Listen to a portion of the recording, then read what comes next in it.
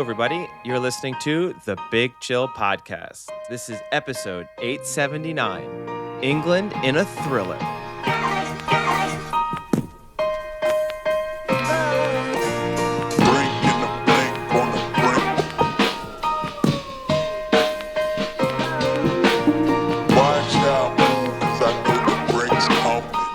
Hello, Big Chillians, and welcome back to the Big Chill Podcast. Frank joins us, Eddie. Eddie, it seems like just mere hours ago we were chatting on our messenger.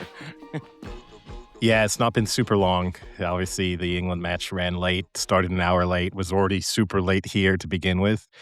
I was planning on playing paddle this morning, and when the England match wrapped up, I sent a text message saying that's not going to happen. Like, I need a little bit of sleep in order to be able to function for You were able to fall Monday. asleep.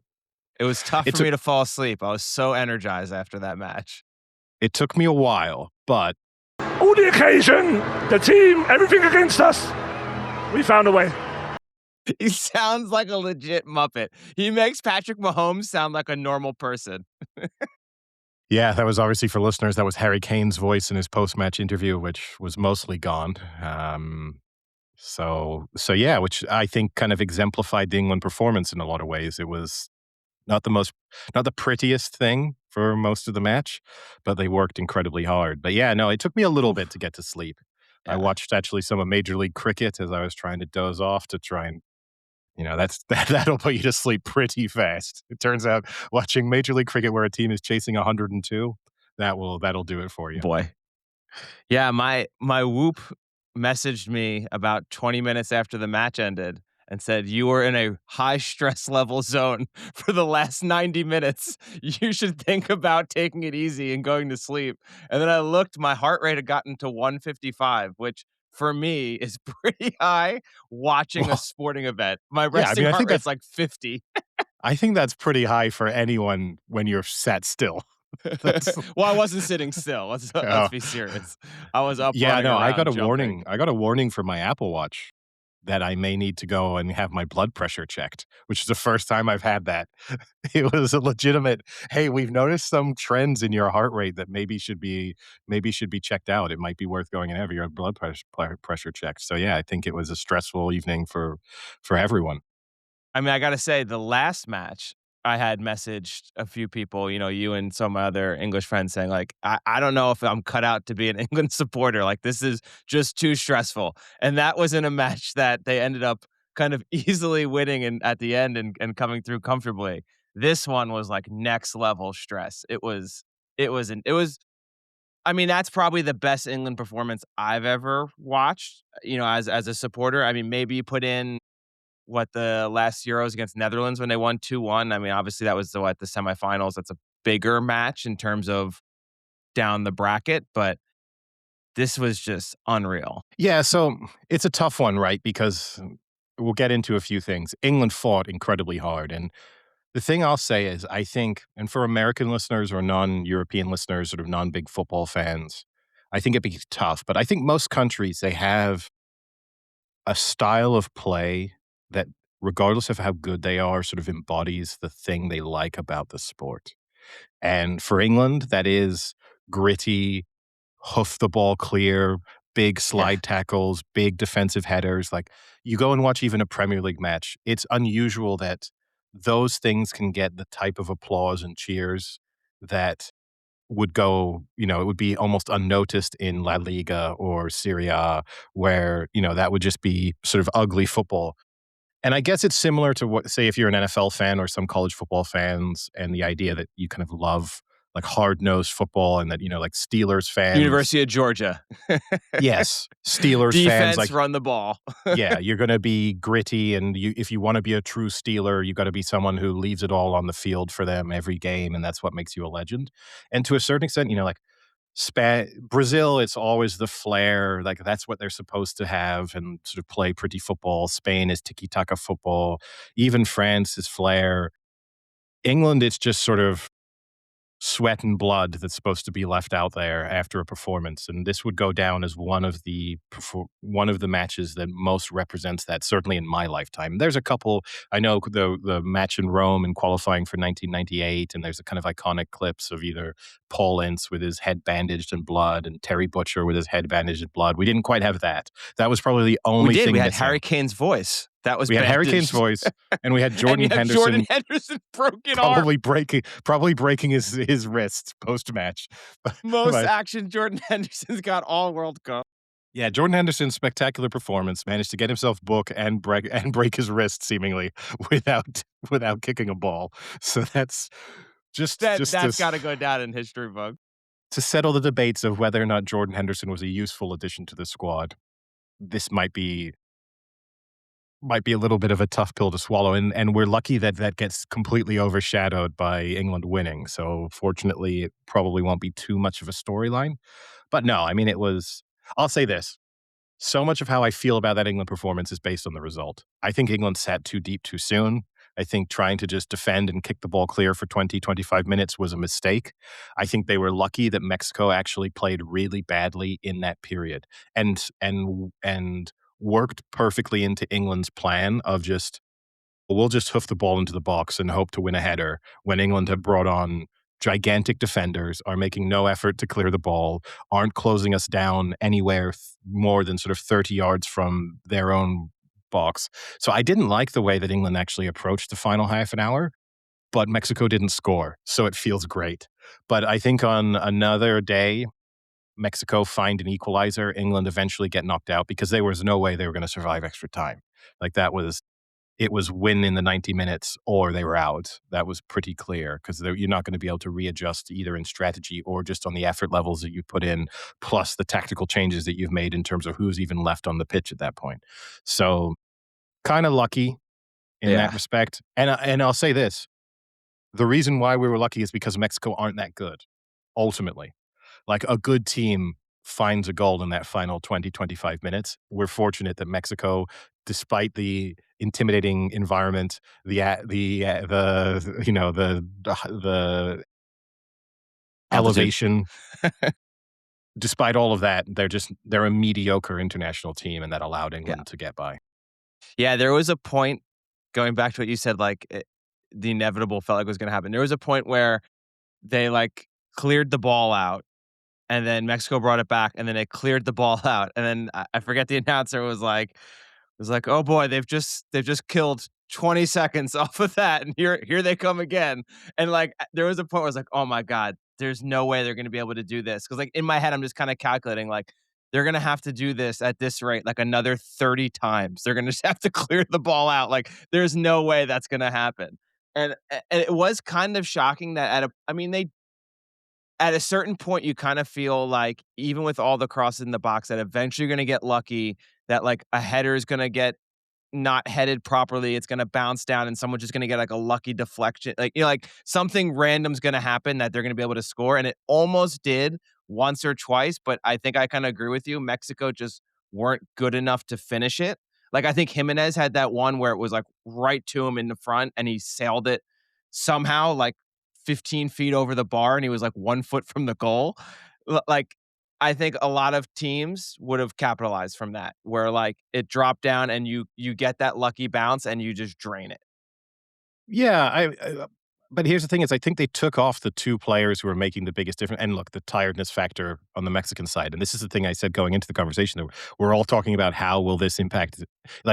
For Mexico, that's also tough to maintain the tempo that they were trying to approach that match in the way they started the first half. You can't keep that going for 90 minutes either, regardless of how used to the conditions you are. But they took off the two players. If I think of the difference between, say, the back end of the first half, when it went from England being 2-0 up to 2-1, and then honestly, for those last 10 minutes, it should have been Mexico 2-all. Possibly, if it had been 3-2 Mexico at halftime, on the balance of the way the final 10 minutes of that half went, you would have gone, oh, okay, I kind of get it. I see what happened there. And how many chances they created including there was a sort of spectacular last-ditch effort from Bellingham to kind of get in front of that attacking player. In the second half, Crazy. There's a great Jed Spence tackle to stop what would have been a player sort of Double basically tackle. basically being through on goal. Other than that, there are just some half chances, but realistically, not only were they just lumping the ball into the box, they were lumping the ball into the box from deep. And everything they needed to do was sort of run at England a bit, try and get to the byline, try and play balls across the face of goal, really just cause chaos within the England box, and they just didn't do it. And I think they took off the players who were most effective, and they just ran out of ideas as the game wore on. And England defended heroically to do that. Yes, they didn't miss a header. Pickford was awesome in coming to get the ball, something you Dude, just he was don't see punching from everything. yeah, you just don't see it from modern goalkeepers very much. And I think that also kind of changes the Mexican mentality in that moment because you realize like we have to get the crosses need to be 7 yards away from goal instead of we can't just be whipping them across the face or trying to really get in front of Pickford. He also did, Pickford's amazing troll jobs of time wasting by throwing himself for shots that were nowhere near the goal and then taking That 30 one he seconds to did get was off the ground. great. The one he Like, did like on the left side of the goal where like the ball had already like hit the stands and then he dove. That was amazing. yeah. Yeah, so like there's a lot of England players. I don't think there was a bad performance from an England player. I mean, obviously Konsa, maybe it's a little bit tough because he gets sent off and that really changed the game. But And he wasn't playing realistically, poorly though. Like he was actually doing he pretty wasn't. well. He played well up until that point. So Yeah. realistically, I don't think you can look at an England player who played poorly yesterday, which is the first time we could say that. And I think there's one or two players who not only were fantastic, they've radically changed almost my perception of them within the England team. I mean, Anthony One's Gordon. got to be Anthony Gordon's got to be one of Yeah, them. I mean, Anthony Gordon, if I go kind of mocked for Barcelona signing him for the amount, now it feels like he should be worth twice as much. Like now it feels like Barcelona, not only because he created things, he was dangerous, he looked so fast compared to basically everyone else on the pitch. He worked tirelessly. I mean, the fact that he was still chasing, he was the only England player who kind of started from the very beginning, who towards the end of the match was still closing down. Bellingham was dead on his feet. That's not a criticism of him, Yeah. but the final 5 minutes, I was a bit worried there because Bellingham was just toast.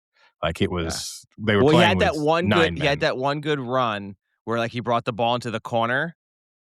And that was what I think maybe with like 5 minutes left. But then that you could tell just drained the life out of him. Like he could barely walk at the end. Like he was trying to get into the play the one time, and like he visibly couldn't walk into the play. He was so exhausted. It was crazy. Yeah. But no, just a lot of great performances. I think really poor officiating, which we can obviously get onto. But, England.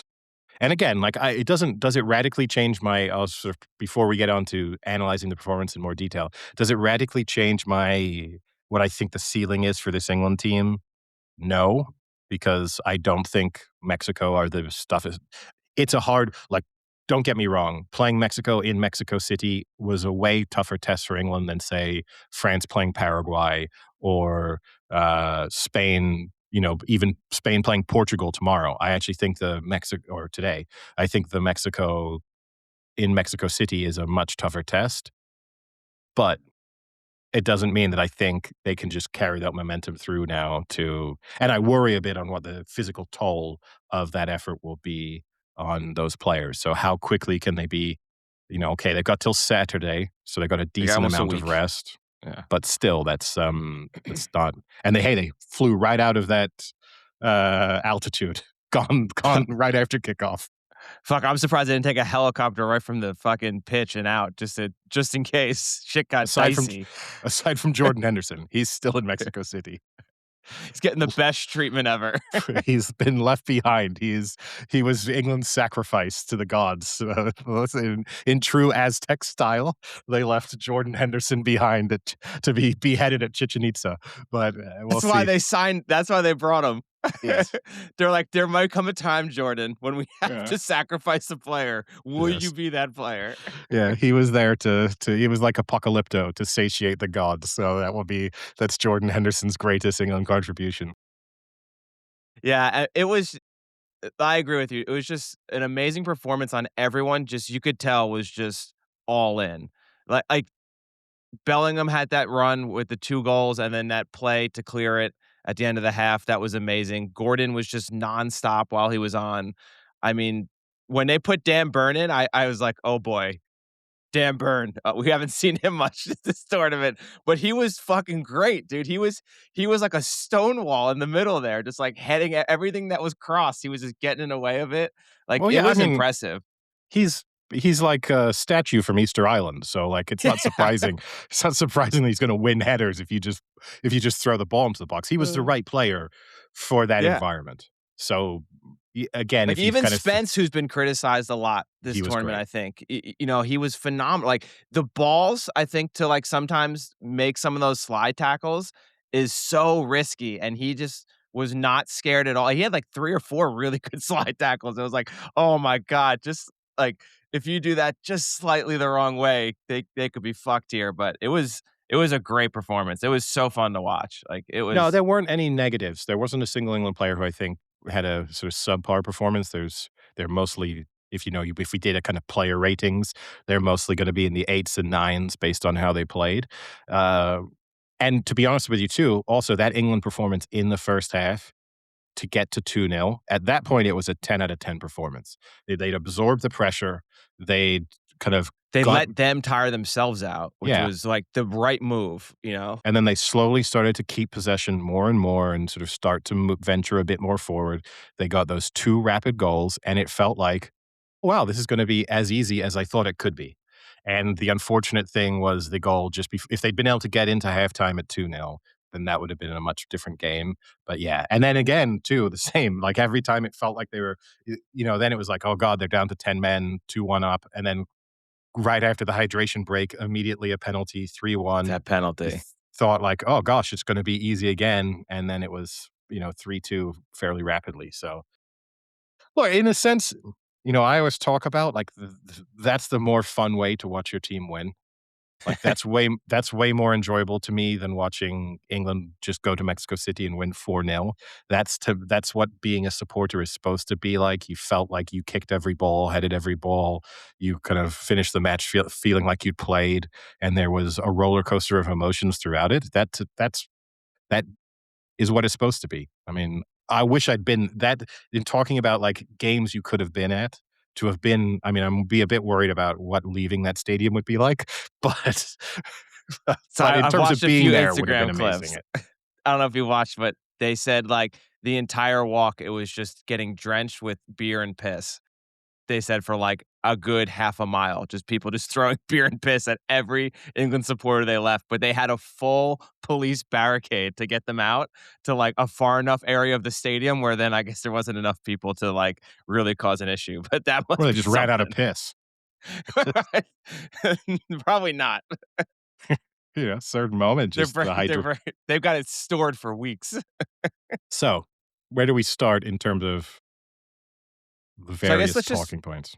let's kind of keep on the England match first, and then we can kind of go to the other matches. I have to say, the major issue obviously I had with that match was the officiating was awful. That ref was so out of his element from very early on. You could tell. Uh, Shearer disliked that guy from like minute one, and instantly was like, "I don't like how he's doing this. I don't like how he's doing that," and he was right. Like it was so poor. Like so nothing was getting called all match. And if that's I don't agree with that in a hostile environment like that. I think things then can get out of control really quickly if you just let teams play and kind of let it be a little more physical. I think you kind of have to put a stand to it. But regardless, okay, you want to let them play, let them play. That foul call on Saka that then they got the goal on from that free kick, if you go back and watch it, Saka is like 50 kilos. There's no way he pushed that guy over. He doesn't even really touch him. And that's the first foul he calls is is the tiniest player on England supposedly knocking Well, over a not the Mexican first, player. but yeah, because he booked Declan Rice like 2 minutes into the game. But 30 that and seconds that's before that, like and two but that to players on me, England got hacked. yeah, but to me that's the I don't want to highlight the goal because it's always it sounds like it's sour grapes, right? To kind of pinpoint the free kick from Mexico. But for example, he set his stall out with booking Declan Rice 90 seconds into the match. You're sending a message to players as to how you're going to officiate, and then he didn't book another player I think until Consis was sent off. So nothing happened in the in-between. And even down the stretch, very few yellow cards were being handed out as the Mexican players were either committing fouls or just the way they were reacting. I mean, he eventually booked a Mexican player for dissent in sort of the 95th minute.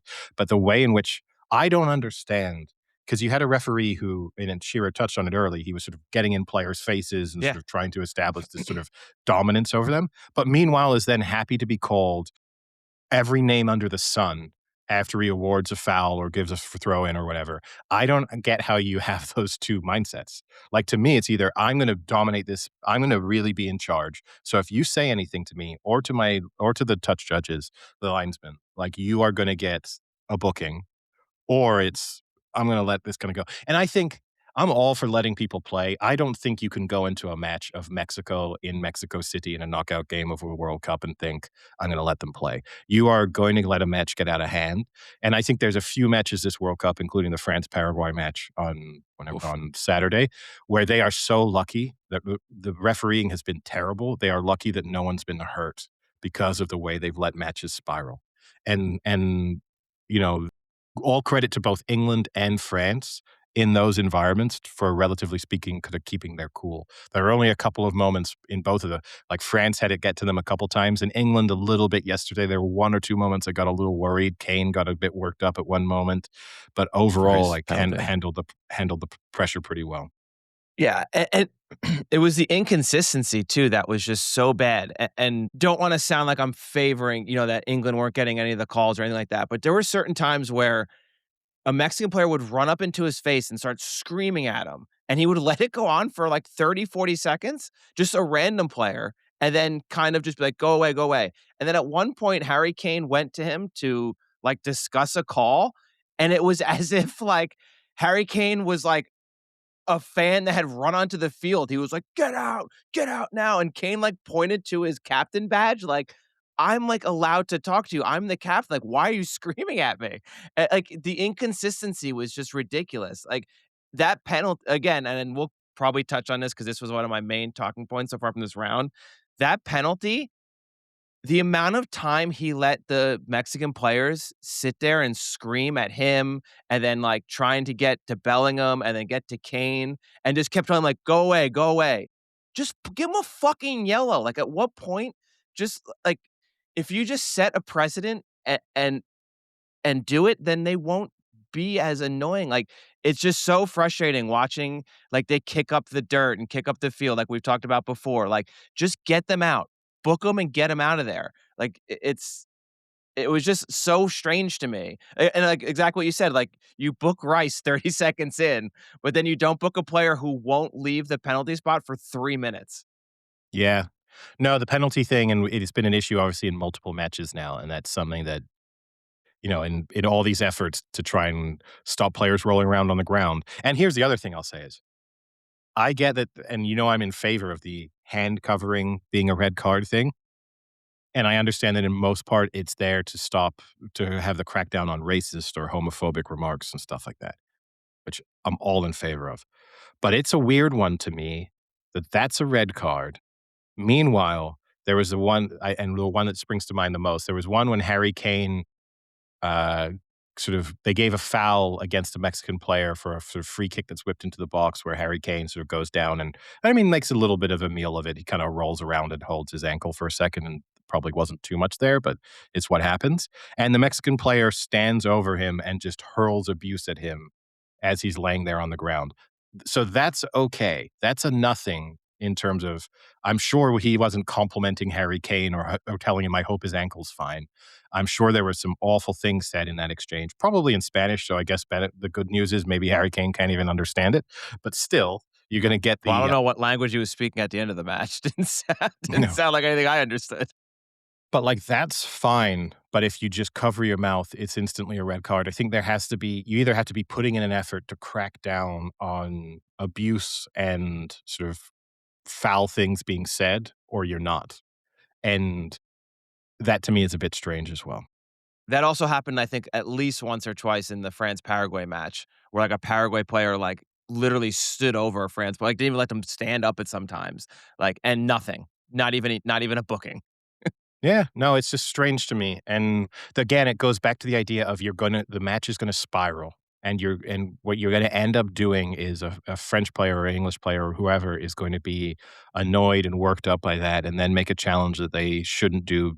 And that's the goal, right? From the Paraguayan players or the Mexican players. That's what they're hoping to get under your skin. As a referee, you have to have the common sense there of sort of setting a standard that limits the chance. I'm all for like there were we'll get onto it a bit more in the Paraguay match. I'm all for a team that's the underdog going, okay, we're gonna kick you around a bit because we can't play football with you because we will lose. So we're gonna have to do the thing that maybe gives us a chance, and we gotta hope that one of you loses the plot and gets yourself sent off or does something stupid. I'm fine with that.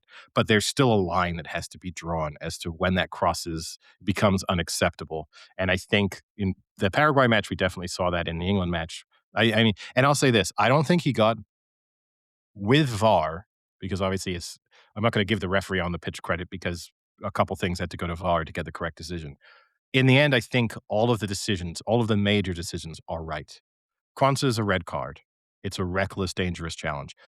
And we're going to talk about Balogun later. There's no intent there. His foot's too high. He wins the ball, but he's gone in too high anyway. And then he's unlucky that his leg rolls over the Yeah. ball and then Yeah. goes into the ankle. But it's a red card. It's reckless and dangerous. Like, I can't complain about that. It's a red card all day long. As soon as you saw the replay, again, to kind of bring up the Balogun in live, I know the Mexicans immediately reacted, but they're going to react to every They react to tackle. everything. But like watching it live, I didn't think anything of it. You kind of saw it and were like, I think he's won the ball. Looks like just a crunching tackle. Good for him. And then you see the replay and you're like, oh, he's in trouble here. Like, this is almost certainly going to be a red. And that's correct. The Gordon penalty is a penalty. I don't think there's a huge difference between that one and the Harry Kane one from against Congo. Was there any difference? The only difference is that like Harry Kane slightly starts to trip himself against Congo, but then he also has But a Anthony defender, Gordon right? also like runs into the keeper on Yeah, purpose. but I don't think there's a huge difference. The Gordon one is a bit more conclusive, but it's not. It's basically the same thing. And then with the Mexican penalty with Harry Kane, do I think that's a penalty in my beliefs? No. However, with the way the game is officiated, it's 100% a penalty. If a similar thing happens for England against Norway, I'm going to be screaming for a penalty and expecting it to be given. But I don't think the two things I'll say on it is, one, I think actually, in a way, the Mexican player kind of fouls Harry Kane first because his studs graze Harry Kane's thigh just before they both sort of kick for the ball. So that's an interesting one, but what it is. But the thing that bothers me the most about interpreting penalties in that way is that we fundamentally set the threshold for a penalty as being higher than what a foul is outside of the box. And I'm not sure that gets given as a foul on the halfway line. And yet we're going to say, well, it's a foul there, where a player has no control. They're both just swinging their feet at. There's no like recklessness. There's no real serious risk of injury. It's just two players competing for the ball, and one of them's got to it fractionally sooner. I get it. It's a foul. He kicks the player. But it's just, can I have that sit properly for me as a penalty in a world where also from a corner, every player can just drag someone to the ground and most of that gets largely ignored? Which one of those is more of a foul to me? I don't know. Certainly, if I think of how this is the same referee who didn't award a penalty to France against Senegal, then went to the screen to watch the replay and then decided it wasn't a penalty. And then in this time around goes like, yes, I've made a clear and obvious error there. So obviously that is now a penalty. It's my problem with officiating in this World Cup as a whole. If viewed in isolation, a lot of the decisions aren't really bad, horrific decisions. But when compared with other decisions made throughout the game or decisions made in other matches, there's no consistency and it's not good. Yeah, I understand that it's a penalty. I just don't like when you watch it. Yes, he kicks his leg, but what does he do at all to the player's ability to do anything? You know what I mean? Like it didn't affect how that play developed at all. Like the ball was already off the guy's foot. His foot was just in the air. He was nowhere near where that ball was going to be. And then Harry Kane just kind of comes in and like additionally kicks his leg. Like that kicking his leg changed nothing about the outcome of what that guy was going to do. So like I don't understand how that's really a foul. It's just so incidental to me. Yeah, I get what you're saying, and I fundamentally agree with you. but I also understand we can't have referees using so much sort of subjective opinion where they're trying to gauge like, well, how much impact did this have on the outcome of Th a play? And we do that to a that's degree because that's for example, fine. but We're to Go your ahead, go point, ahead. we kind of do it because a player can knock a ball past the goalkeeper, and if he has no chance of getting to the ball, like if you just try and go around the goalkeeper and you immediately just like take a huge heavy touch, then the ball flies out for a goal kick, and then you trip over the goalkeeper. Most people will say it's not a foul because he had no chance of getting to the ball. Like that's sort of the interpretation that we take. So in that sense, what you're advocating does happen, but I get it. Under the modern interpretation, it's a penalty.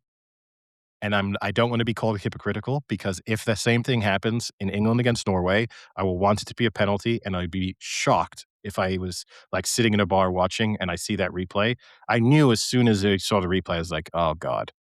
And even though Alan Shearer was sort of, I don't think it's a penalty, and I get it because he's old school and he's thinking about it, but like, it's going to be a penalty as soon as you see it. Yeah. Well, I think part of what Shearer was saying is I think part two, maybe what I'm thinking is the sense that, like, I agree with what you're saying, but, like, if you're on like, VAR has to come in for something super clear and obvious. And to me, like, I feel like part of the super clear and obvious is that they should impede some sort of ability to have an effect on the play. Whereas that was, yes, it's clear and obvious he kicks his leg, but it's also clear and obvious that that ball is already gone and has no effect on the outcome. So like the VAR part is kind of what annoys me is like, when does VAR come in? When do they not come in? Like it, I don't know. Yeah, That's it's a the tough part that I one. think gets to me a little bit. Like And if again, you're I don't on want the to be field, if you're on the pitch and you see it and you don't think it affected the play and it wasn't a big one, is that really that egregious of well. an outcome that VAR comes in?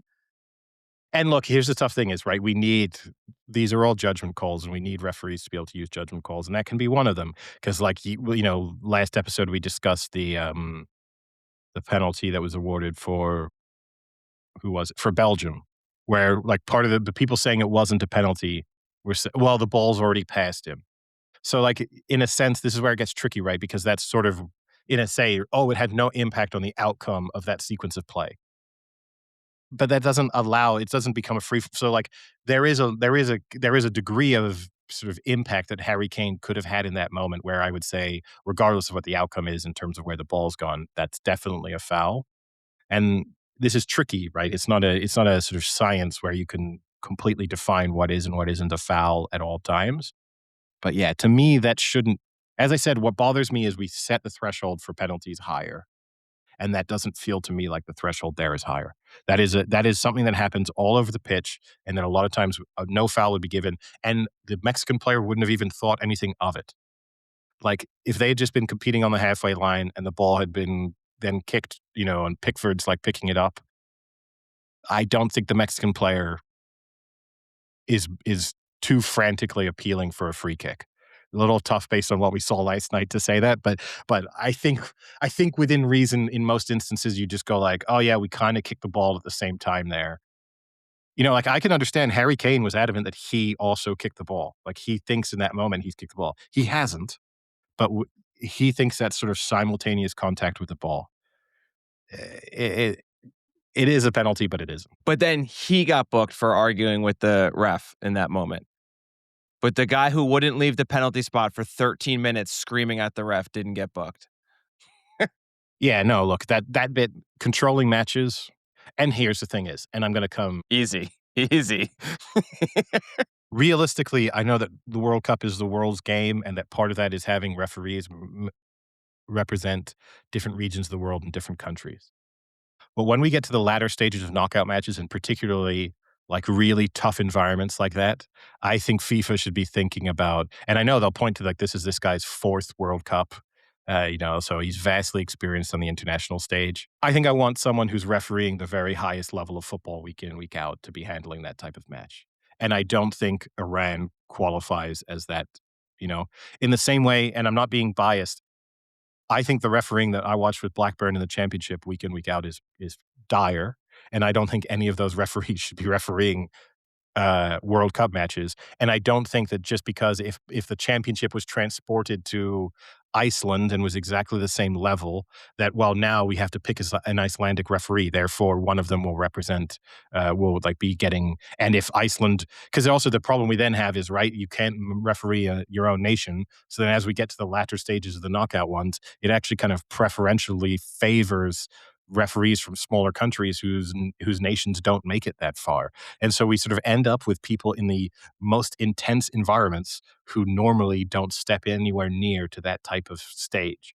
And look, to me, the fix to that is it should be a requirement of UEFA to start bringing in referees from Iran, from African countries, from Australia, and getting them to referee knockout Champions League matches. And so that you get selected as like a World Cup referee for a 4-year cycle. And as part of that, it's gonna be a guarantee that you do like 3 Champions League matches a year, an international game in Europe a year. Those types of things so that people can sort of get used to maybe the expectations or the pressures that they have to deal with. But I And don't the know. environments. Yes. Like, not letting the environment kinda get to you a little bit. Yeah, I mean, admittedly, he's from Iran, so he probably deals with some tense environments sometimes in sporting events. But yeah, I think that's a tough one for me. And I just think he was to me the stage was too big for him. And what I also, and we've spoken about this before, it feels like too many of these referees want to be part of the story in the way that they're officiating. And, like the cliche always is like a good referee is someone you don't notice. And to me, every one of these referees is stepping on the pitch being like, I want you to notice me. I want my big Look at my puffed up shoulder pads. Yeah, I want my big puffed up shoulders. I'm going to make the announcement for a penalty in the most dramatic way possible. I'm going to have all of my signals be as like my hand gestures be as dramatic and as they possibly can be. And I just think that's a shame. Anything else about the England match then you wanna touch on? Yeah. No, I mean, yeah, overall good. As you said, I hope this World Cup, like, I don't think that performance justified some of the selection, maybe mistakes or controversies that Tuchel made. I think we're still like a right back short, and that could have been, we kind of went into the World Cup sort of knowing that. And then if Jordan Henderson is now out for the remainder of the World Cup, then, that's unfortunate. He couldn't have planned. That could have been anyone slipping and breaking their wrist or whatever it's going to happen. But still, if you take a player who other people aren't certain that you should be including and then he gets injured like that, it's going to be an issue. And so moving forward, the cost could be pretty big for England. That being said, I do think in the last couple of matches, there are some players who, I already said I hope no one questions Harry Kane after the performance he put in against DRC. I hope that puts to bed anyone questioning Jordan Pickford, who he'd faced a little bit of criticism through this tournament so far that, a couple of the goals that he'd let in, he's probably disappointed with. But that he made some wonderful saves and just as a whole was a sort of general within the England penalty box in a way that you just don't see modern keepers do very often. So, the argument for him has always been he's never really let England down. I hope people can now just accept the fact that there should be no debate as to who the England goalkeeper is until basically Pickford retires. Yeah. Yeah, great performance. And yeah, other than that, I mean, I'm not going to say this just because England won. I don't think the altitude was too much of an issue. I think England chased the ball pretty well. I don't think the fact that they weren't closing down in the final 30 minutes they were gassed because of the way that match unfolded. I Yeah. think that would have been the case. That could have been 100 meters below sea level. They would have been struggling just as much. But I think maybe it was the Viagra. Maybe it was the beet juice. What else were they supposed to be taking?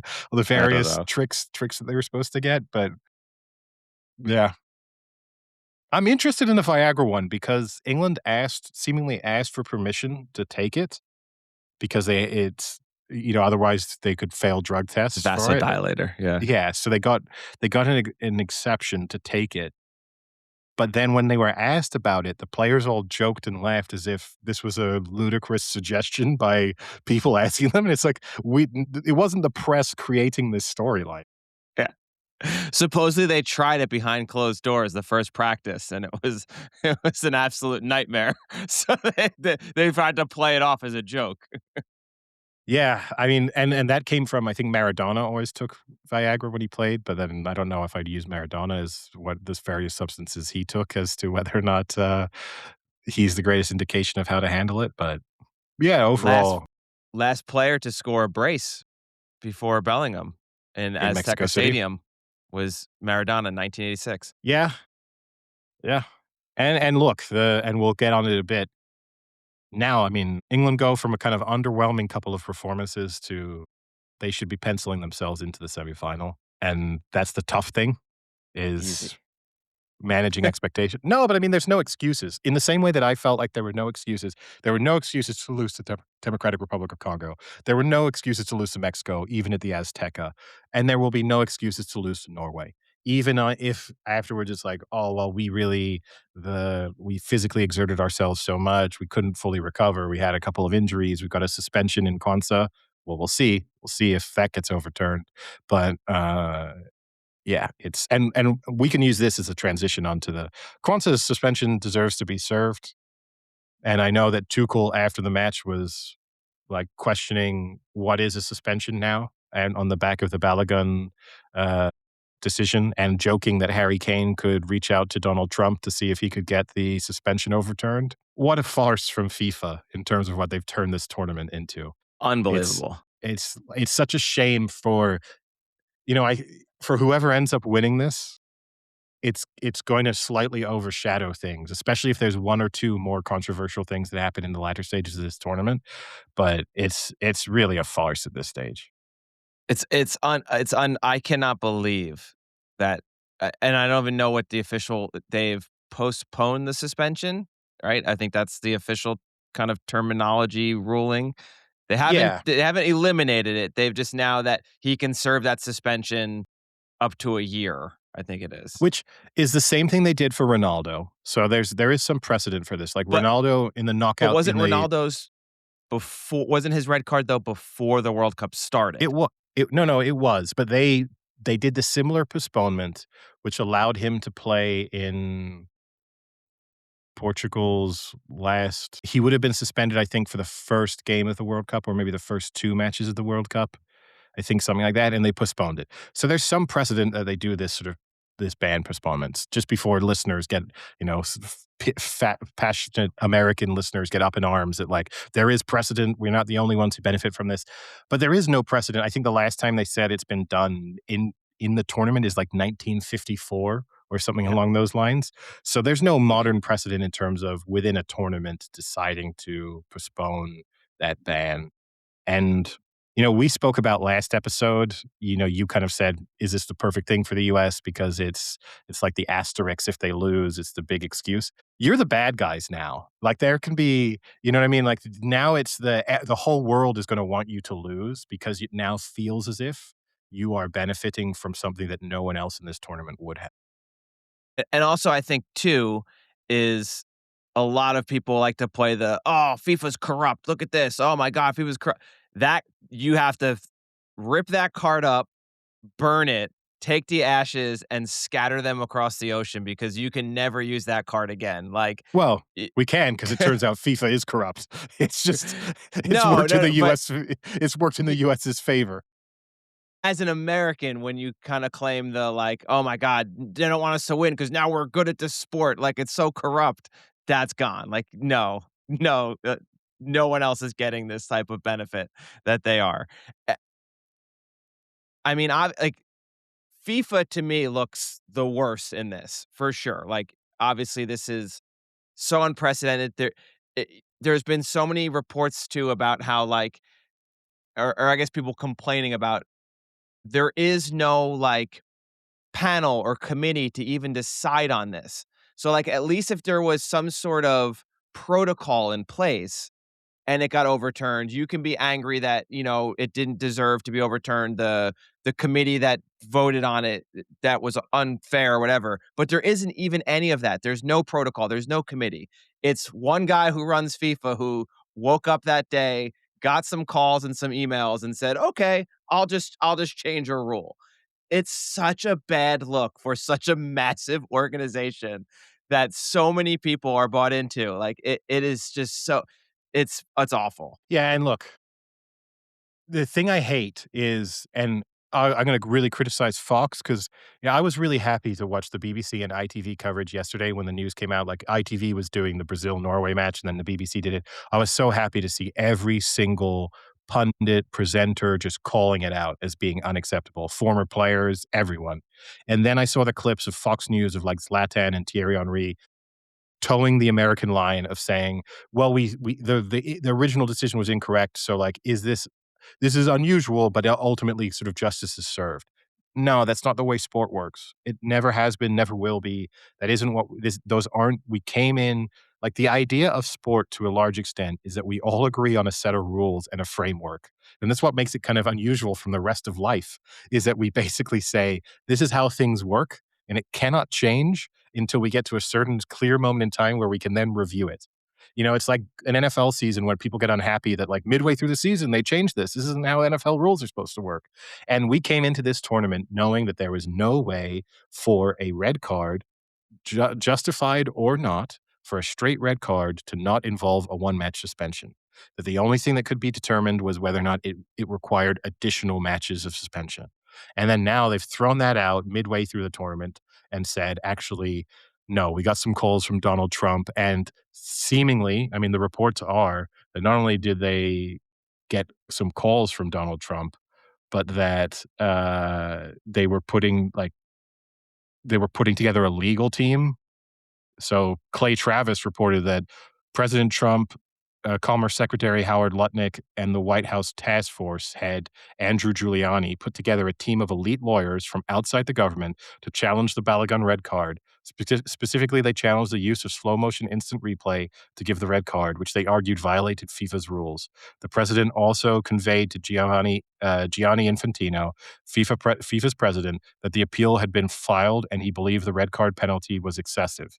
FIFA's independent committee reviewed the decision and agreed the penalty was incorrectly given, rescinding it under their Rule 27 authority. No matter what you want to say, and however you feel about Trump or politics in general, like that's just disgusting. Like we're not supposed to have sports. That feels so like USSR, Chinese authority, that like something happens in sport and a phone call gets made from a president saying, this is what we make fun of. Like, I'm going to come across, this is what we make fun of, say, the African Cup of Nations for. Of something happens and then a call comes in from a president somewhere and you go, some money was sent, some threats were made, and in the end, Senegal won the World Cup. Like this is sort of the thing that we kind of joke at in some parts of the world. So for it to not only be happening in the biggest stage in the World Cup, but for it to be happening within the United States, I mean, it's just terrible. And then I know we've already spoken about it, but the juxtaposition of Donald Trump and his administration putting together a legal team to fight for Balogun to be reinstated to the U.S. team, whilst also saying they're putting together a legal team that would strip Balogun of his U.S. citizenship is just unbelievably comic. Like it's Crazy. just, yeah. It's crazy. And then I think the Infantino's part is even worse. Like, to just be that easily manipulated and that spineless and just weaselly and like it's so scummy. It just really is. Like I can understand if maybe I can't, but like I can see another scenario where something happens and like leaders reach out and say like this is super unfair, like we wish you would change it. And no, they'd be like, okay, but this is FIFA and you're the prime minister of wherever. I don't care. Like, you do your thing. I'm going to do my thing and run my FIFA here. But the fact that it's just like, oh, I'm so sorry. We'll change it. It's so pathetic. And it just, if you want to say it's not corrupt and then do that, you like can't ever speak anymore. It's just, it blows my mind. And I agree with you. What bothered me the most, the second most besides that, how spineless Infantino is I agree with you. I went as soon as it happened, and I went to like all the different commentators and pundits and all the different things, and every single one of them is like, "This is not how sports should be run. Like, you can't just change decisions because a friend calls you or someone calls you. Like, that's not how it's done." Every American commentator didn't fucking say one thing. everyone was like, well, it shouldn't have been a red in the first card. So now justice is served. No, it's not. Shit happens. You get unlucky. Shit happens in sports. Like exactly what you said with football. Like you get shitty ass calls in football for stupid rules that then at the end of the year get changed. And you say, like, why do we even have that rule in the first place? That was so dumb and it fucked us. But whatever, like, that's what happens in sports. Sometimes you get screwed over. But to not even acknowledge it, there was like one ESPN writer who I appreciated was like, this is not the way that you want to do this. Like that was the rule. It should never have been changed. Like you can agree it wasn't a good call, but at the end of the day, you have to live with the fact that it was called and that's it. Besides that one person on ESPN, I can't remember who it was, everyone was just like, oh, shouldn't have been a red in the first, so we're good now. Like, no, come on, stand up for like the integrity of the sport. Yeah, and this is the thing, and Tuchel kind of alluded to it in his press conference, sort of where's the line now? So, and I disagree with you a bit I mean, not that you were advocating for this, but I would be ashamed if I found out that now the Prime Minister of the United Kingdom was reaching out to Infantino to talk about you have better shit to do than worry about a suspension of a player in the World Cup. Like, I'm sorry, that's I think you should lose your position in office immediately just for trying to do that. Like, focus on some real issues in life. But as Tuchel alluded to, where's the line now? So do England do this? And more than that, if we even could take it one step further, so this is the US threatening legal action. So now if Belgium have a controversial penalty that knocks England out, knocks the US out, are they threatening legal action to have the US reinstated into the World Cup?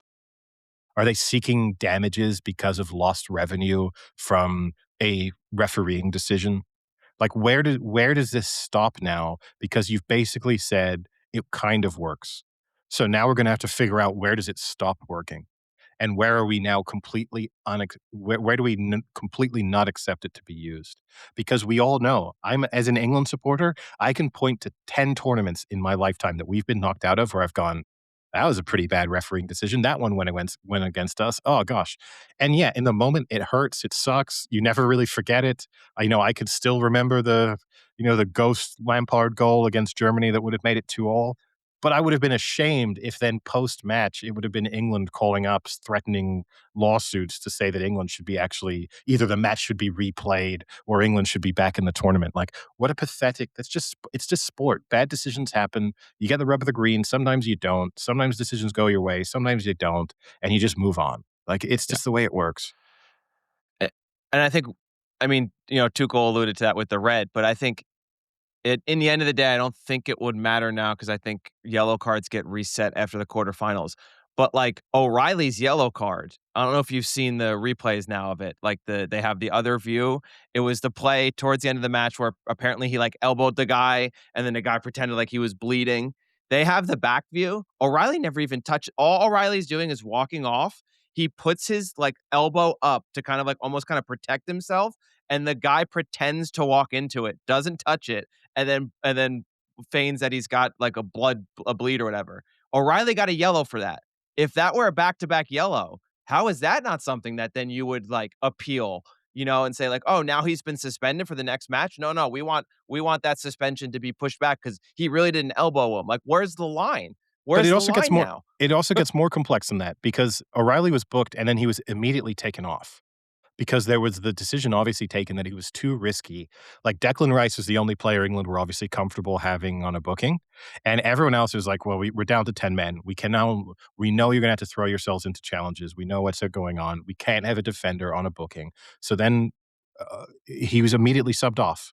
And in part two, I think there was almost a slight concern that it was during the hydration break and that there was a video review going on. And I think part of England's tactic was almost like, let's sub him off because it might then even create some issues if they do decide to look at this elbow in more detail of like, well, he's not playing anymore.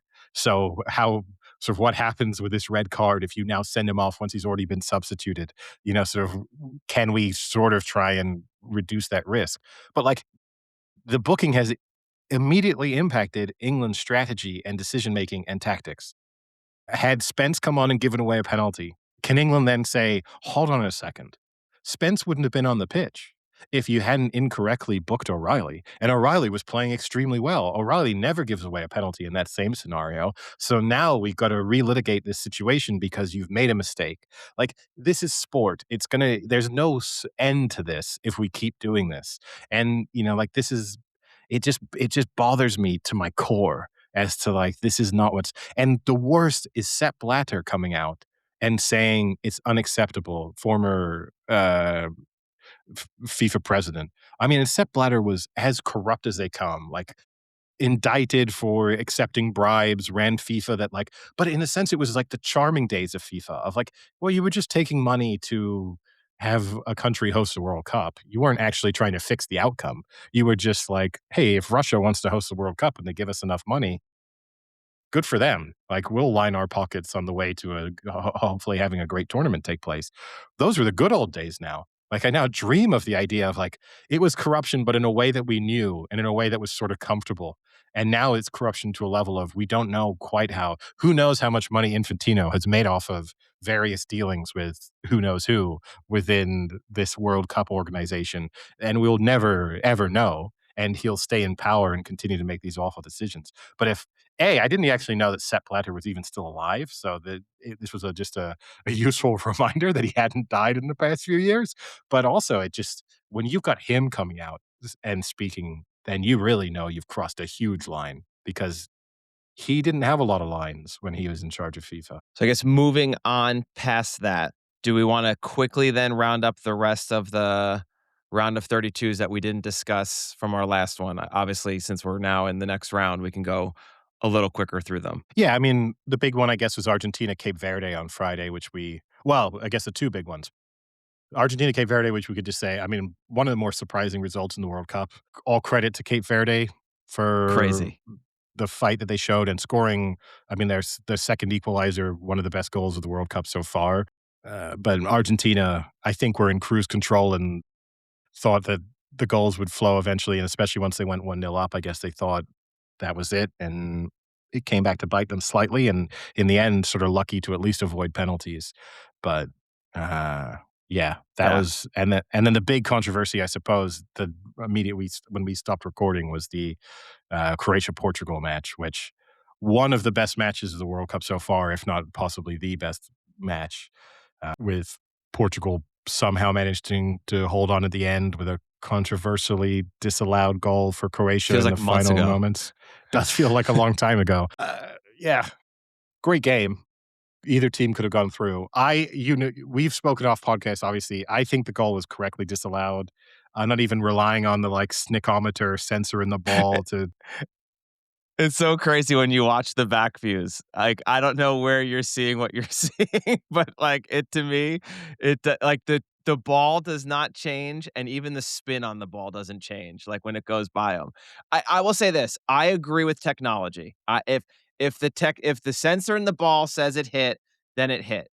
My only thing I would like to see is after it hits the Croatian player, it then gets headed by, I think, the Portugal player, like It comes off behind. his back. Off his back. Okay, off his back. Yeah. I would like to see the readout from the Croatian player to his player. Not that I don't think it didn't touch, but I think that would give you a lot of good perspective as to how much it really did. Because obviously the sensor is measuring like the force or the pressure or whatever it is. It would be interesting to see, was that literally hitting his hair that was kind of hanging off? What was the level we're talking? Just as a curiosity, how much did it really hit? And it's really difficult because they literally just show you a graph with no numbers, with no labels on any of the axes, and a blip being see it hit. It's I get that, but how much did that really hit? Because I genuinely think it maybe brushed his hair. I don't think the hair generates that. Here's the thing is, I guess, as a cricket fan, the idea of snickometer, which is basically what it is, even though they're saying they're pushing back, it's not snickometer, but Because it's basically not it's sound, fundamental. right? No, but it's kind of the same. Yeah. Conceptually, it's the same. We've accepted that, and we trust it to the end of the world. And I don't. And there is no. They don't kind of show you a benchmarking of, Now, if you watch enough cricket, you do get to, "Ooh, that was a thin nick." Like, you can tell that Yeah, the yeah. and and you're right, if they just showed us a bit more or if they were showing us that technology throughout, it's a bit weird that that technology just kinda got thrown out in the biggest moment of the tournament, and I think it's been used once or twice before, but, like, never on that sort of stage, and if we were seeing that they're showing us all these various other, like, bits of data that we get. Why are we not seeing that more consistently to sort of normalize it for us? In real time watching it, I thought he headed it as soon as it happened. To me, the question was gonna be, and this is the thing that also bothers me, is a lot of the initial pushback was like, "Well, then why did the referee go and look at the replay?" It's like, 'cause he's having to judge whether he thinks the Portuguese player is sort of in control of the ball, if him touching the ball has played the Croatian player back onside. That's why he's going. So, at that moment in time, what's happened is VAR has said, "The Croatian player has touched the ball. That player is offside at the moment that he's touched the ball, but there is a doubt here. We'll leave it up to you to judge whether or not the sort of play fundamentally resets when the ball touches the Portuguese player." I worried at that moment because we've seen some pretty inconsistent determination there of like a defender controlling a ball. But I guess because it's sort of he's ducking and it hits his back, it would have been pretty hard to argue that he was intentionally Yeah. playing the ball in that way. But yeah, I think to me, and yeah, I know that I can get why I watched the replay. It's not clear and obvious to me. In the moment, I was like, he's headed it as soon as it happened. Agree with you. In the moment, I thought he had headed it as well. And then on the replays, I still think I think the spin kind of changes. I do think the spin sort of changes. Like, I think it slightly changes speed of rotation as it goes by his head, but it's not huge. Don't get me wrong. If that had been England, I think I acknowledge it's the right decision, but I have a lot more frustration with it. Yeah. Yeah. All I ask is just show me from the moment that player crossed the ball in, show me the various peaks of the pressure of the ball, just so I have an idea. And I think that would actually be kind of cool to see as like as a fan, like, oh, it did touch him, but oh, look, it like just barely, like that was so close. It could add some fun to it. Like, but you're right, they Yeah, never use that technology. Like, why don't they ever use it? Like, it would be cool every once in a while to see it. show it on just like a random deflection. Like say England yesterday, there was the O'Reilly shot that hit the post that was deflected. I can't remember which England player kind of clipped his heel. Now it's an obvious deflection, but again, what a good way to kind of like normalize us seeing that technology by like showing us the flight of the ball and then going like, "Oh, there's the deflection." And so you kind of build trust with the technology because you see it Yeah. more, which is what happens with Snicko in cricket, or the same with Hawkeye and whatever. We get so used to it that even though we know that it's not perfect, we at least accept that, like, yeah, it's pretty good, and we will have to accept it. But and then the only other thing from that match, I suppose, Ronaldo, not the best performance, nearly scored a fantastic equalizer for them when they were 1-0 down, just offside. That was a shame because that would have been a great goal. Scores the penalty, gets subbed off, and like not a great look for him in the how angry he was to be subbed off and sort of just shocked that he was being taken off the pitch. But I get but then he was supportive yes. of his team when they went when, as they were playing and when they went ahead, like, a pretty rare sighting. Like, I think, I don't remember, I think I was actually listening to the American commentary in this one. There was at one point where he was, like, screaming at the sideline ref, the ref on the side there, and it was like, this must be pretty rare for Ronaldo to like be off the pitch, not kind of knowing like where to channel his frustration, and almost picked up a yellow because he was like screaming at this guy. He's probably never done that before in his life. He doesn't know what Well, the rules are. no, but I mean, like that. We spoke about it in the Messi versus Ronaldo debate. The iconic moment of that is obviously him being subbed off in the 2016 Euros final, which he was injured, but then he's there on crutches, kind of like kicking every ball, screaming, and like was basically the like de facto coach for the remainder of that match. So we know that he cares a lot. And I do think that's a bit of a difference. I don't think Messi's on the touchline gesticulating. That's just a difference in personality. I'm not saying one's better or worse, but like there is an obvious passion within Ronaldo. And if you're a big Ronaldo defender, you would say that his frustration, he believes in himself that he is going to be the difference maker. So you can understand he's like getting subbed off, but thinking to himself, like, no, this is a huge moment. I'm going to be the one who scores like, it's not him necessarily saying that the person coming on for him isn't good or that he's the only good thing within Portugal. It's literally just in his mind, he's like, no. I've made a career of scoring late winners and like, I want to be the one. And I think the player who he's subbed off for is the one who scored the winner, I believe. So in the end, tactically, probably the right decision. But yeah, great match. I mean, really, really great match. So that was good.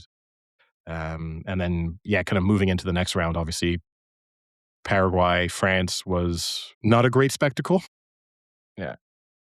Well, then just Paraguay kind of figure out those other ones. It was Spain over Austria, and then Switzerland over Algeria.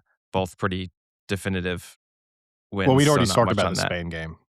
Yeah, and then So- Egypt beating Australia on penalties, Yeah, I mean, and Colombia over game. Ghana.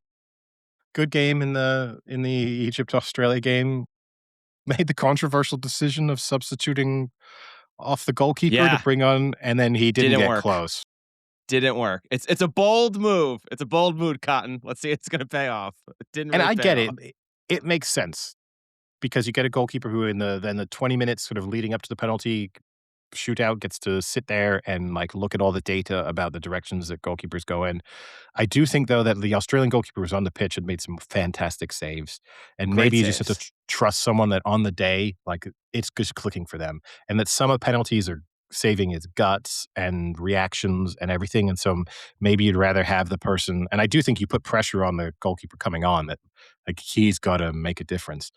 And it was made Well, I worse think by he the was fact their experienced one, right? Like he had he been in the was. last few World Cups. Like he's like their most experienced goalkeeper. He was, and it got made to look worse. They then cut to the Egyptians who were on the. It like showed the video they were watching, and they were watching Mbappe take a penalty for Real Madrid against the Australian goalkeeper. I don't know if you saw this bit. No. So it went behind their huddle. The camera got really close, and you could see the iPad that they were looking at. You could see what it was, and it was Mbappe taking this penalty against this guy in La Liga this season. And what they'd obviously identified is that he made a move like quite early. He gave away, and the Egyptians then just used that.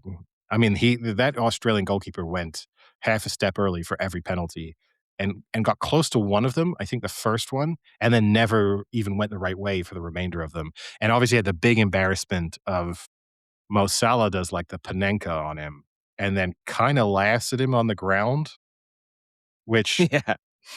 like not a great move. I did also feel sorry for the Australian who took the last penalty, that like 18, 19-year-old kid. Oh. He looked so young and just sort Oh. of, I don't want to be mean to it, but like he's so young that he hasn't even grown into his body yet. So he's very like awkward looking. He's like all shoulders, tall and gangly. And you know that like 5 years from now, he's going to be a much more sort of filled out person. And as he was walking up to take that, it was just thought, no chance. This guy's not scoring. Like it looks like the moment is too big for him, which sometimes you think that about someone and then they coolly slot it home. So it's not exactly that's a perfect science, but And sometimes they don't. no. And in this case, he didn't. But all credit to him for at least having the balls to step up and take it, because obviously, you know, we've seen people not do that so far this World Cup. And then Saturday, then obviously we started in on the round of 16. The first one was Morocco over Canada, 3-0. Canada kept them from scoring in the first half, kind of. You felt that was probably going to be the only way they were going to win, is to kind of just somehow push this to like penalties or something and just kind of keep Morocco from finding the net. But eventually, I think as soon as Morocco scored, you kind of knew that was over. But a good effort by Canada to make it that far. I think they should be pretty happy with that. So, and I think Morocco are good. Like I think Morocco are a good side. So, yeah, look, Morocco are better, so there's no shame in that being the team that knocked Canada out. And yeah, I'd say overall, Canada, a good World Cup as a host nation. They can feel like they got about as far as anyone could have sort of expected or hoped that they would. They were pretty good. I mean, yes, once the goal went in, that was all over for them. But the first half, they were probably the better team. They were creating more. They were on the front foot. Hey, Jesse Marsh, I make fun of him, man after my own heart, because after the match he said, "We lost, but we were the better team." I like that. So he's obviously been listening to the podcast and knows that counts for something. But yeah, I think Canada should feel like it would have been a pretty decent upset for them to have beaten Morocco. And then the other match that day was the France-Paraguay match, which I actually listened to this on I was driving, so we listened to this on the radio, and then I watched, the extended highlights or whatever after. Quick side note, the crazy part about Fox, they have, their radio broadcasts. It's just their TV broadcast that they just don't have the video for. Not a great thing to listen to on the drive when they, kind of aren't talking, and they're like, "And a penalty, and now they're gonna take this corner." And it's like, "Wait, what happened? They have a corner?" Because you're not watching it, so it was really tough. But I don't talk about refs not being able to handle the moment. I mean, what Paraguay were doing to France, and I'm not a huge, France sympathizer, part of me kind of like that they got beat up a little bit, but at some point, you've gotta do it within the rules, at least a little. It was unreal. You watch some of those no calls, it was awful. There should have been multiple bookings early on, and there were none until after the match was the only booking Paraguay got. It's insane. Yeah. Yeah, it was bad. And again, they're lucky no one got hurt. There are some things that people are making a big deal out of. Like there's the one when I think it's Elise, maybe it was Mbappe, has his arm hit. That's a little bit of nothing. He rolls around. The French weren't helping themselves at times because in their desperate, I understand they wanted to get a few more of the fouls given. And so then they started rolling around a bit. And it's like, well, now you're kind of losing me. I was watching it thinking well, obviously I went into it. I mean, look, everyone knows who listens to the podcast. I'm not the biggest French supporter. There was that little bit of hope for me that Paraguay might be able to win. I didn't really think it would happen.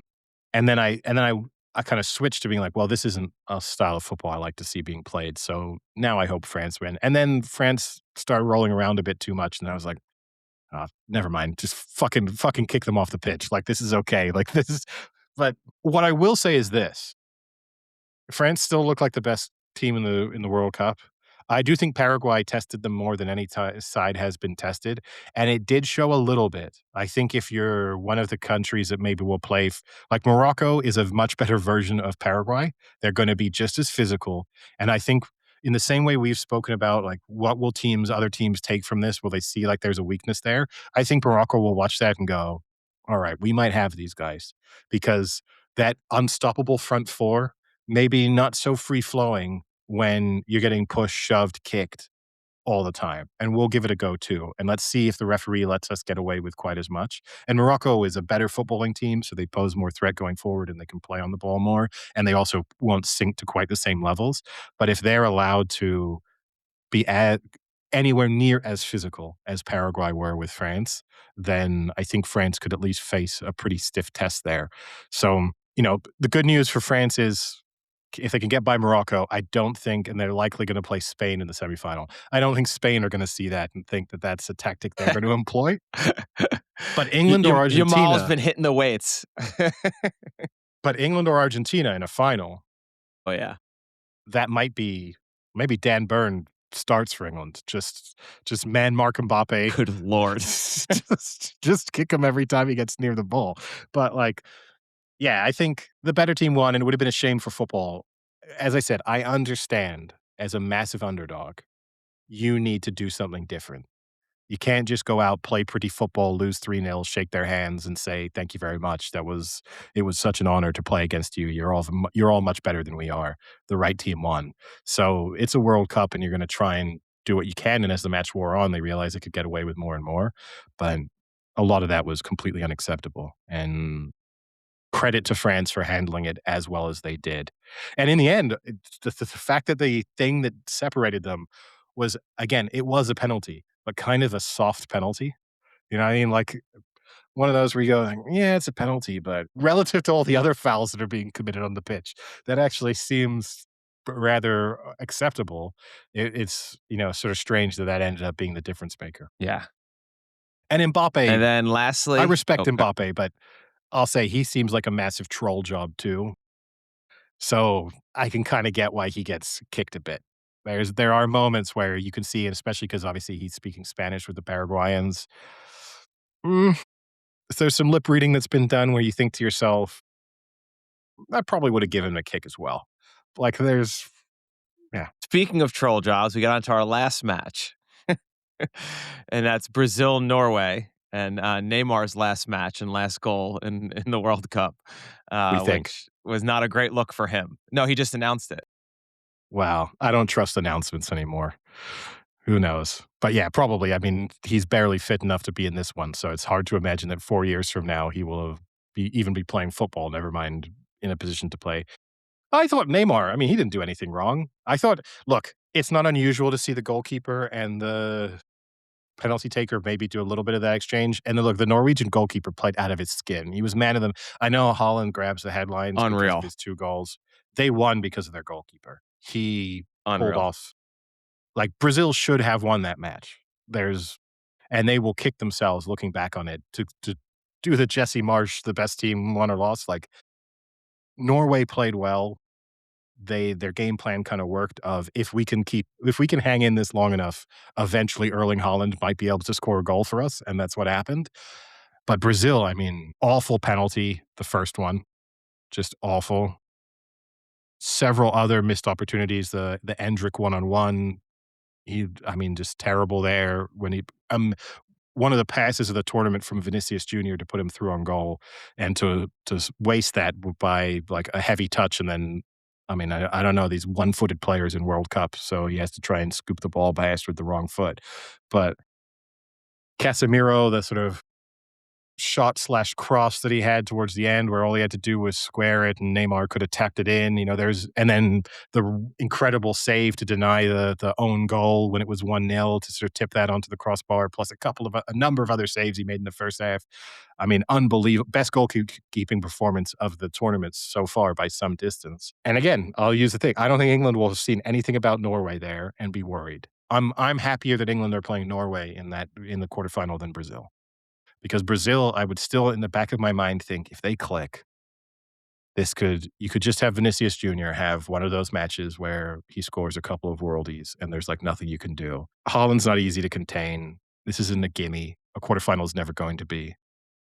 But I feel like England should feel pretty confident heading into that.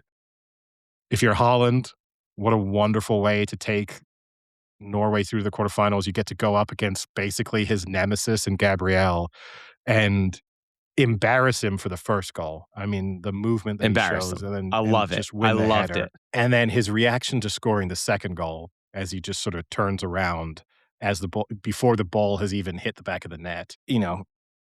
And look, I guess I would say and they sort of touched on it in the post-match analysis. Like, we do think of Haaland being pretty one-dimensional and he doesn't close down a lot. He closes down a lot for Norway. So if I were Manchester City coming away from this tournament, I might think a little bit of like, could we have a bit more of Norway Haaland for maybe not for this, maybe not when we're playing like 17th in the table, but maybe in the Champions League quarterfinal, semifinal, could Norway Haaland make an appearance so that we can have Yeah. you pressing when we also want to get the ball back? But you could just tell how much it means to him, which is cool, and the Norwegian players as a whole. Yeah. The boat rowing thing is I let him do it. I like it. I think it's fun. Here's the thing I have with it. It's like the thunderclap thing from 2016. You kind of need to go out early for it to not start to annoy me. Like, it has to be the underdog who gets knocked out in the group stages, but wasn't that fun? Wasn't the couple of boat rowing things fun? When I'm then going to have to watch you in the quarterfinals and it's going to be boat rowing in the stands, it's a little performative for me. And I also, in the back of my mind, it's fine with the Norwegians do it, but I know I'm now going to have to tune into like an MLS game next year where there's Americans boat That's rowing the in the annoying stands. part. It's going to be Jameis Winston leading it. Yeah. No, Norway are probably the story of the World Cup so far for me. I think it's just really cool to see, and I think like you said, you can tell it means so much to Holland, and obviously it means everything to every player on Norway. But like to kind of be, one of the faces of football right now, and have being fully the superstar on your country's team and having to lead them through. It's been cool to watch and to get both goals. I agree with you. I think the keeper should have gotten man of the match. Like that was an unreal effort, but to get both goals in the knockout stage and, take your team the furthest they've ever gone, it's awesome to watch. It's super fun. I think the thing is, and you're right, like it means a lot to everybody. It means a lot. You see the England players, it means a lot to them. It means a lot to the French players. It means a lot to everyone to represent their country and be in a World Cup. I think where Holland's a little unique is he's this superstar who, in a sense, is maybe slightly underappreciated because it is the like one dimensional. He just scores goals. So we're never going to talk about him as being really one of the best players in the world because he's just a goal scorer. And I'm sure he kinda knows that in terms of the conversation, and he does a little bit. You see his reactions on social media and stuff and the way he talks about things. But I also think the difference is he would have gone into this World Cup thinking, "We're probably gonna if we can get through the group stages, that's great." And now you've made it 2 stages further. So just to actually have Norway on the quarterfinal stage, then, like, the only thing comparable, I think, if you're an England player, is winning the World Cup. And and I'm also sure, look, if you're Norway, as much as I think England should be confident and there's no excuses not to beat Norway, Norway will feel like they've got a very live chance against England. There's no and then similarly, if they get past England, then if it's Argentina in the semifinals, they'll feel the same way. So, you know, yeah, it's a really nice story. And it's nice for Holland in terms of how this impacts his legacy, definitely, because people will talk about, it's always well, he didn't do it on the international stage, and he kind of can silence them with this because he's got 7 World Cup goals and counting and has been one of 3 players basically that's dragged his team to a quarterfinal appearance, and he's knocked out Brazil in the World Cup, which is kind of the biggest achievement in some ways that you can do regardless of what version of Brazil that is. He kept the stat going, so, like, it's cool for him. I just hope that he and I do, listeners will know that you and I both are probably on the Holland side in the Holland versus Gabrielle, back and forth. So on Holland's side. I loved it.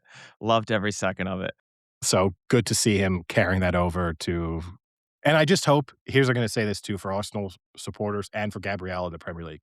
You better shut up now, Gabrielle, because you can't get manhandled in the World Cup and knocked out when your team was pretty prohibitive favorites in lots of ways, and then come back to the Premier League and be talking in Holland's face when you're, the club that the billions that get spent on your team are up against the billions that get spent on his team.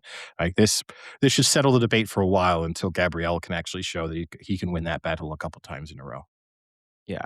And it's just to touch on Holland, the stat I saw that was pretty insane, just how, like, lethal he is when he gets the ball. His current rate is he's in this World Cup is a goal every 13.8 touches. So, basically, every 14 times he touches the ball, he scores, which is the best stat, I think, the best rate since 1950 or 1960 or something like that. It's just, when he gets the ball, there's a good chance he's putting it in the back of the net, which is crazy. Yeah, and look, it's still he's kind of one dimensional, and the who would I But rather still. have still amazing at that one dimension. But who would I rather have? Like Harry Kane is the more complete forward. Am I happier that heading into that quarterfinal that England have? Would I swap Harry Kane for Erling Haaland? No. But does that mean that I don't think Erling Haaland could score a hat trick? Like 4 shots, 3 goals, and England are knocked out. He's going to be, and I think this is also the thing, right? Like he's such a unique test for defenders, and this is the good news for England is that those are the England defenders play against Holland or play with Holland, and so it's a test they're very familiar with. But there's basically no other team in the World Cup who throws like an old-fashioned gigantic center forward on against you who's also quick and who can take chances and who like you have to be constantly worried about balls coming into the box and where he can be quiet for 78 minutes, grab a goal, and all of a sudden you're losing. So that's the other good news is at least he's a familiar foe for all of these England players. Well, if you heard the post game, John Stone said he's never let Haaland score on him ever in all of practice. Yeah, right. I'm sure he said that. Uh, but yeah, really. And then look, we in the end, when we did our preview, both pre-tournament and pre-knockout stages, we sort of looked ahead to the quarterfinal stage and thought these are going to be some amazing matchups because we sort of thought it would be England, Brazil, and we thought it would be, that the previous round would have been France, Germany, and that now, you sort of looked ahead and you really thought, oh, wow, it's going to be titanic clashes, really. And we haven't got those because a couple teams have gone out earlier than expected, but they're still all fascinating, So, even the remaining ties of this round, yeah, USA, Belgium on paper, not exactly the greatest footballing clash, but fascinating in terms of the home nation and possible corruption against this aging team that dragged themselves through the previous round.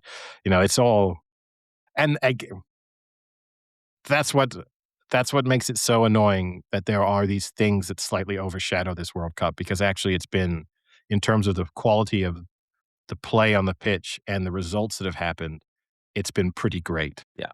Yeah, and then also Portugal-Spain today. So that should be a pretty good match too. Yeah. I mean, I'd be surprised if Spain don't kind of waltz to victory, but who knows? Maybe Ronaldo can drag Spain through one last time. I have to also admit, I really hope, not because I'm an England supporter, but I hope we get England-Argentina in the one semifinal because I think once you get to the semifinal stage, I want big footballing nations like with history behind those ties. So like whether that had been Brazil, Argentina, I would have been just as happy with. If England had gone out yesterday and Brazil had gone through, I would have wanted it to be Brazil, Argentina in the semifinals. And the same, I hope that the other side is France, Spain in the semifinal.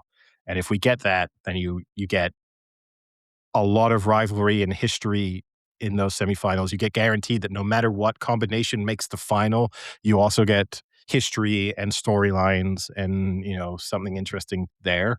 So I love a little underdog story. I love the odd surprise, but at this stage, I at least hope we get the kind of big four nations left competing in the semifinals. Now, question for you, because for the semifinal, I'm attending our mutual friend Phil's birthday in London. So this birthday party has been planned. Quarterfinal, sorry. England, Norway this Saturday. So okay. He has. So what's my Sorry, etiquette? Phil. Oh, so no, you cancel. I think I have to. I mean, I've gone purely to attend this party. This is the only reason I'm traveling to London. Is it the exact same times? No, it can't be. The game kicks off at 10 in London. When's the party start? 7. So I think I'm going to do. You're gone. You're gone at 9:45. No, because he's also it's not in the most convenient part of London. I'm going to have an hour of transport to get to. Like, let's say if I go to meet up with Sam and some other people, I'm going to be an hour away from. So I think I could do 7 to 8 at Phil's party, sweep in, say hello, happy birthday, maybe see you later if you're still out. Or you message him and say, any chance you want to change the party to like a pub and reserve a big table for us all so we can watch the match. So it is a pub, and I did, but it's like a little hipsterish, It's not a. I think as long as you're in a pub, though, it'll be fun, no matter what. But here's the problem: it's his 40th birthday, so I don't think I can. I don't think I can then invite like all my other friends. You see what I mean? Like he's sort of privatized this part of this bar. I can't then hijack this. 2 friends. Well, it might be more. Just randomly show. No, but you know what I mean? It changes the vibe a bit in that from, hey, especially considering the fact that most of his friends are people who I won't have met. So a weird first example of like, why is that American guy like really into the England game who's come from Paris for your 40th birthday? But I told him, I threw the message out early because I was like, I have to lay the foundation here. So I said, your party has awful timing for the England quarterfinal. And he was like, oh, for fuck's sake, what time is it? And then he said, I've asked them, they'll have the game on a television. Yeah, you got to stay, my friend. I said, you're in. No, I said, all right, I may head somewhere else anyway for kickoff. I had to throw that out. I can't. But you can't an hour is so short at a birthday Oh, I party. show up. Well, here's the thing is, anyway, I'm probably gonna see him the day before, so I can be part of his, like, 40th birthday weekend. Look, Mm. I've traveled, countries to attend this guy's 40th birthday. For I think 1 that's hour. yeah, lucky to have me. You don't even get to, like, cake by 1 hour. But what el it's also funny, I gotta see if I can find this. Phil's the biggest commenter. I've got it. When we've previously spoken on the podcast about how when you look through Instagram Reels, some friends get kind of sold out because it will show they liked something, and it tends to be sort of pictures of videos of girls. And we got one or two friends who maybe like a few too many of those. Phil's the biggest commenter I know on Instagram, and We've same. discussed this previously. So there was a video of an American girl who was attending a Cote d'Ivoire match, and the video is her getting asked, why is she wearing an Ivory Coast shirt? And she explains that she studied abroad in France when Didier Drogba was playing, and she became a big Marseille fan, and so then she has a soft spot for the Ivory Coast. Boy, here we Fair go. reasoning. Fair But reasoning. What does Phil gotta say? so Marseille, for those unfamiliar, it's Olympic Marseille. It gets shortened to OM, is like how a lot of French people would just say, "Who do you support?" They'll just say OM. She kind of says it when you listen to the video. I'll agree with him. It sort of sounds like she says OAM, but I think that was a bit of her trying to sort of sound French, and just the sound sounded a bit odd. So he comments underneath it. He comments O space A space M question mark crying face emoji. Why does he have the need to want to comment on this random video? I don't know. He just gets dragged in the comments. So his his comment gets 43 likes when I took these screenshots. I brought this up to this was the 24th of June. I brought this up to him. He said since then there continued to be comments. He tried to tell me the other day because I saw him. He stayed with me on Friday night. He told me that support has come in for him subsequently, but he didn't send me any proof of this. So he writes, someone writes underneath Olympic Marseille. Someone calls him a casual. Someone else tells him, just tell us an American teacher knows more ball than you. And he writes back, where the fuck does an A fall into Olympic Marseille? Someone writes in response, there's no A, it's just her pronunciation. Someone else says, hey, Phil, comment. He's like re-commenting though. That's even crazier. Someone wrote, comment just backfired, laughed my ass off. And then this is the one that's now these comments are getting. Tell me it's bitch boy. Tell me he got bitch boyed. These comments are getting like 1,000 likes in response to his comment with 45 likes. So there's no one defending him. Someone then writes, you just commented the most insufferable comment on all of social media today, along with the PFP of your cat. So that's his profile picture.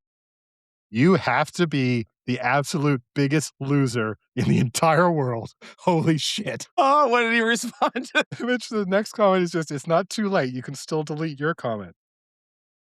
Dog, you're dumb. Oh my God, that's so good. Can you screenshot that and send it to me? I want to pull that out next time I see him. I mean, I'd be honest with you. Whether or not I thought my comment was good, I think.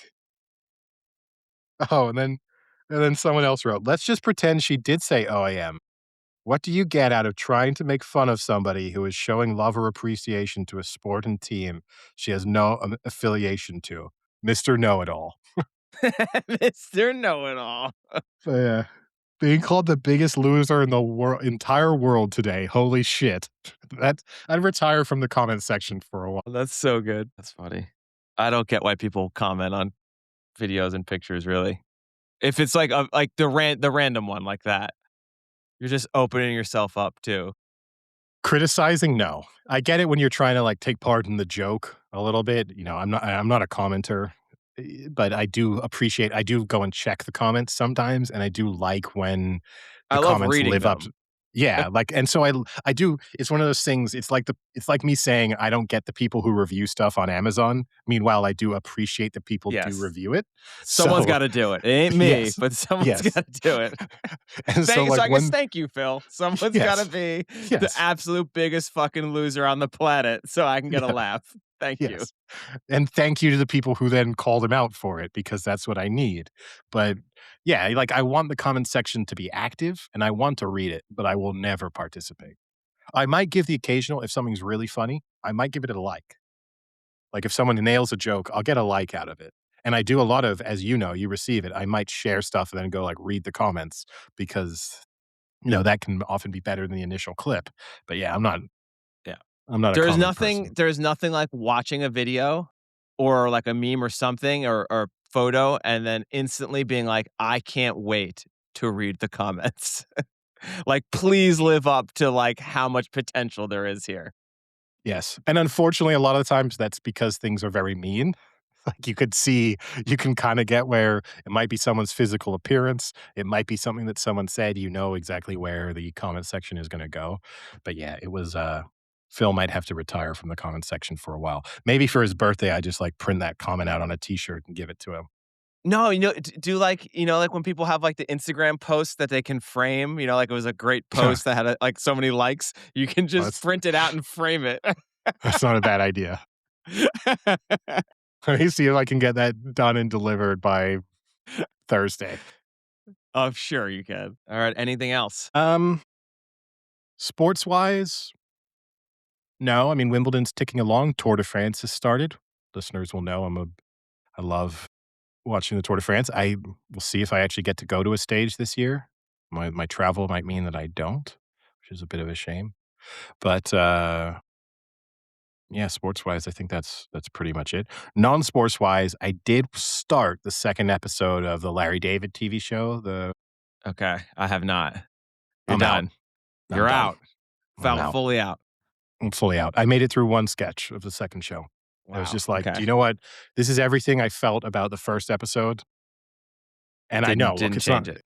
No, and I know they're not gonna re-edit or refilm stuff between episode 1 and episode 2, but there was nothing of like, "Oh, maybe they were finding their feet in episode 1 and things are gonna Yeah. really improve." It's like, no, it's just nonstop Larry David being Larry David with, like I don't see the funny in it, and nor is it, smart. Like there's nothing, "Oh, wow, real satire happening here." So, yeah. Yeah. Unfortunately, I was traveling all weekend, so I didn't really watch any I was television, but fortunate for you, I would say, in this instance. You can give that yeah. a Well, miss. fortunate that the travel was really nice as well. So, Yes. Uh, and other than that, my only other excitement last night actually at halftime, I stayed home to watch the England game, which I was happy with once then the delay happened yeah. because like maintaining, but I thought like I actually need to work today. And if I go out till 5 in the morning, especially if England win, I know how that goes. That's going to be me non-functional till midway through this afternoon. So I stayed home just by myself, sitting in my living room watching it. Kind of hard to keep some level of enthusiasm and momentum at, you know, 3 in the morning waiting for kickoff. Had my dog with me. Halftime, I thought, "Oh, you know what? I'll give my dog, like, a nice late walk, 15 minutes. Let's take some of the Wow, stress of that's halftime fucking creepy. take some of the stress of halftime out. Let me just, like, stretch my legs, plus give my dog a chance to stretch her legs as well." And obviously, the, stress of the first half had really gotten to her as well, because as soon as we got outside and usually I put a harness on her, but it wasn't gonna be a long walk, so I just did the, like, "Oh, you can just walk nicely next to me with your lead." Slipped her collar, sprinted off. Now this is a black lab, so 4 o'clock in the morning, can't see her. Just she's gone. Can't see shit. Only to then see that she's just explosive diarrheaing everywhere. Even worse. So then it's me at like 4:10 in the morning trying to both corral her, but also it's 4 in the morning, so I don't wanna be, like, yelling her name because I don't wanna Yeah, be yeah. the awful neighbor that someone also then looks out and be like, "That's the English guy during the England game screaming on the streets," like, who knows how that's So trying to get her, but not saying her name. So like trying to get like pick up a stick because she loves sticks and like sort of bring her in with a stick, but then also trying to like clean up the diarrhea. I don't have enough poop bags. You It gotta let the was diarrhea go. You come back after the match, a bucket of water I that did diarrhea out. I came back for one of them after the match, and Yeah. nice visual for listeners. It had solidified enough by that stage to be able to clean it up Awesome. more nicely. Yes. But yeah, so the stress was getting to everyone, including my dog, including me chasing her around. So that was the excitement Yeah. for the night. When England scored the the first goal, I like screamed and jumped and scared the crap out of my dog that he jumped up and started barking. He thought someone was like at the door or something because I was like acted so like abruptly and aggressively when they scored that Bellingham header. So yeah, dogs taking the brunt of that match for sure. All right, with that, I guess we'll call it a day. Yep. Obviously, for listeners, we'll be back on Wednesday. So we'll discuss the USA game, Spain Portugal game, and I guess maybe do a little bit more of a detailed preview of the Next round. quarterfinals as they'll all be set by then too. Yeah, nice. All right, I'll talk to you later. Sounds good. See ya.